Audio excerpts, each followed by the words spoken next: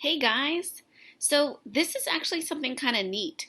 What you're looking at on my screen is a website called the Internet Archive, and it is a free place to look at virtual books. And so, this is a Scholastic book, and what you can do is you can go through it and you can read books on it, and it has all different kinds of not just that kind of media. You can also listen to it being read to you. So it's also referred to as the open library.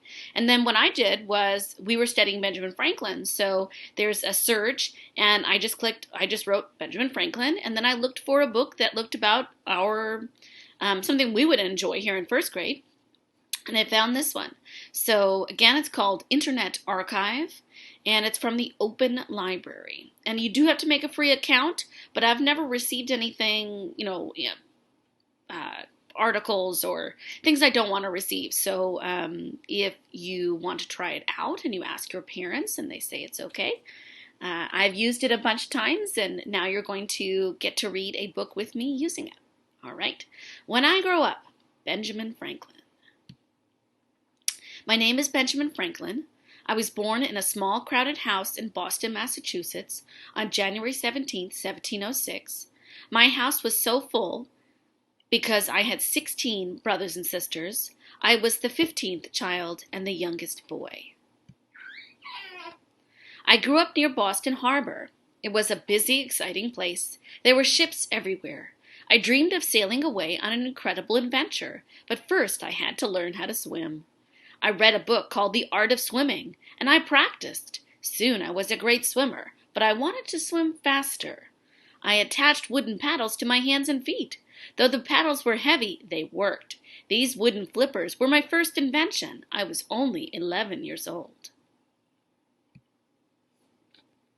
That same year, I found myself with a pocket full of spending money. I met a boy with a tin whistle, and I loved the sound it made. I offered him all of my money for his whistle, and he agreed. Later, I learned I had paid 4 times what the whistle was worth. I was upset. From then on, I learned to be more careful with my money. I went to school for 2 years, but like a lot of kids, I left when I was 10 to work for my family's business. I helped out at my family's soap and candle shop.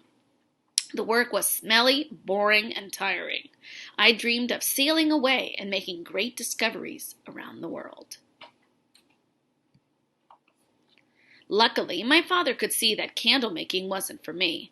He knew I had a curious mind and liked books and words, so he let me become an apprentice to my older brother James in his print shop. I learned quickly.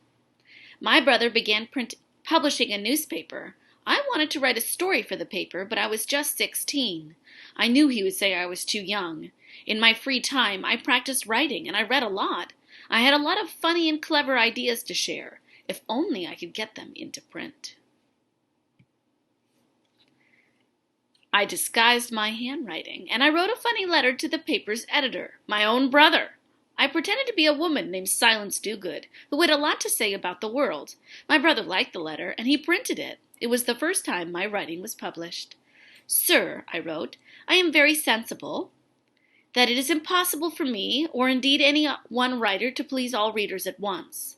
Various persons have different sentiments, and that which is pleasant and delightful to one gives another disgust. Having nothing more to write at present, I must make the usual excuse in such cases of being in haste, assuring you that I speak from my heart when I call myself the most humble and obedient of all servants your merits have acquired.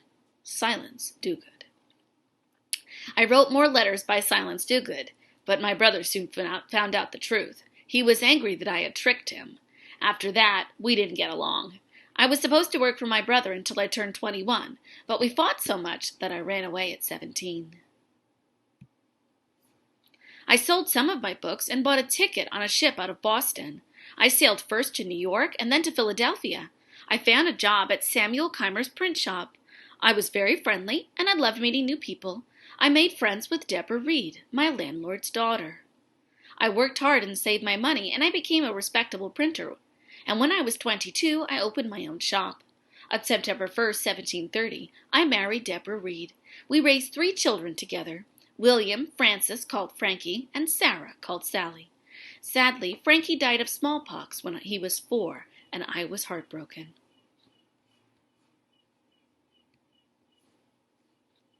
Philadelphia was a colorful, lively city, and I loved it. Still, I thought it could be a better place. I started a club called the Junto with a group of friends. We met weekly to socialize, discuss improvements for the city, and trade books. The Junto, I'm not sure how to pronounce that, started America's first lending library. We also proposed sweeping and lighting the city streets, and we started the city's first volunteer firefighting company, opened its first hospital, and founded a school that became the University of Pennsylvania. This painting shows me as the chief of the Union Fire Company of Philadelphia. And this is a reproduction of a painting showing me standing with others outside the door of my print shop. My printing business grew. In 1730, I became Pennsylvania's official printer. I printed paper, money, laws, and other important papers. I published a weekly newspaper, the Pennsylvania Gazette, and once a year I printed and sold an almanac. Just as I had with Silence Do-Good, I invented a character named Poor Richard Saunders. Poor Richard's almanac contained stories, advice, jokes, recipes, poems, and weather reports. The books made people laugh, and it was very popular. Thanks to my successful business and frugal habits, I retired from printing at the age of 42, but I didn't stop thinking of ways to improve the world. In the 1700s, people used fireplaces to warm their homes, but most of the hot air in the fireplace goes up the chimney. Smoke fills the room instead of heat. I often found myself sitting by the fire, my front burning while my back froze. I invented a wooden iron stove that burned less wood and provided more heat than a fireplace. The warm air went into the room, and the smoke went up the chimney. My creation became known as the Franklin stove. I was also curious about electricity. Scientists knew what it was, but we didn't really understand how it worked. So I ran experiments, and I made new discoveries about how electric currents move and are stored, and I published a book about my work. In 1752, I conducted my most famous experiment, and dangerous one. I had an idea that lightning was a form of electricity, so my son William and I flew a kite during a thunderstorm to see if I was right. I tied a key to the bottom of the kite's silk string. When lightning struck the kite, the silk string carried the electrical charge down to the metal key, and when I touched the key, I felt a tingle of electricity. I was right. Lightning was electricity. After this discovery, I invented the lightning rod. This sharp iron pole was mounted to the roofs of wooden houses. If lightning hit the house during a storm, it would strike the rod first and be carried down the iron pole to the ground, instead of setting the house on fire. I became well known and respected both for my success as a printer and as a scientist. My good reputation spread to George III, the King of England. In 1753, the American colonies were still ruled by England. King George put me in charge of the colony's postal service. I made changes so mail was delivered more quickly. I also started home delivery service for 1 penny per letter. During the 1780s, I got involved in the Pennsylvania government as a member of the legislature. People in the colonies were angry about the taxes that they had to pay to England. They felt the taxes were unfair because the colonists had no representatives or people to vote for their interests in the English government. That means that the English government was making all the laws for us, and we couldn't have any say in it. So in 1757, I traveled to England to explain the colonists' position. I lived in England for 18 years. At first, I worked hard to resolve the problems between England and the colonies.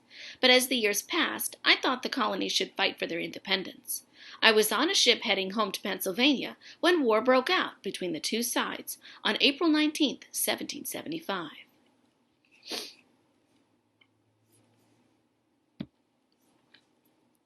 In Philadelphia, I met a group of colonists called the Continental Congress to decide what to do next. In June of 1776, Thomas Jefferson, the second president, wrote the Declaration of Independence to explain that the colonists were at war with England and that they had formed their own nation. I made some changes so the document was easier to read and understand. The colonies couldn't fight powerful England alone, so in 1776 I sailed to Paris to ask for France's help. I was old and tired of traveling, but I had to go. America's independence depended on it. The French admired me, and in 1778 they joined the fight. Soon, Spain and Holland agreed to help too. This is a painting of me, John Adams, and Thomas Jefferson dealing with the Declaration of Independence. In 1781, the British finally surrendered, and the war was over. I stayed in Paris to help write a peace treaty between England and the newly formed United States of America. I also continued inventing things, including bifocals, during my time in France. In 1785, I sailed home to Philadelphia, and in 1787, I helped write the U.S. Constitution, which explained the laws of the new country. I had one more revolutionary idea. I wanted Congress to end slavery, but I was ahead of my time, and I lost that fight. It would be more than 75 years before slavery would end in the United States of America. I died quietly on April 17, 1790, at the age of 84. I was an inventor, printer, author, scientist, politician, patriot, and diplomat. I believe ideas should be shared, and I never made money from my inventions. My words, ideas, and creations changed the world. Years later, my face would be printed on every $100 bill. Here you can see we have a timeline of the events in his life, and a glossary at the back, which explains what some of those words meant. So if you want to pause, you can find out what some of those words that I read to you meant.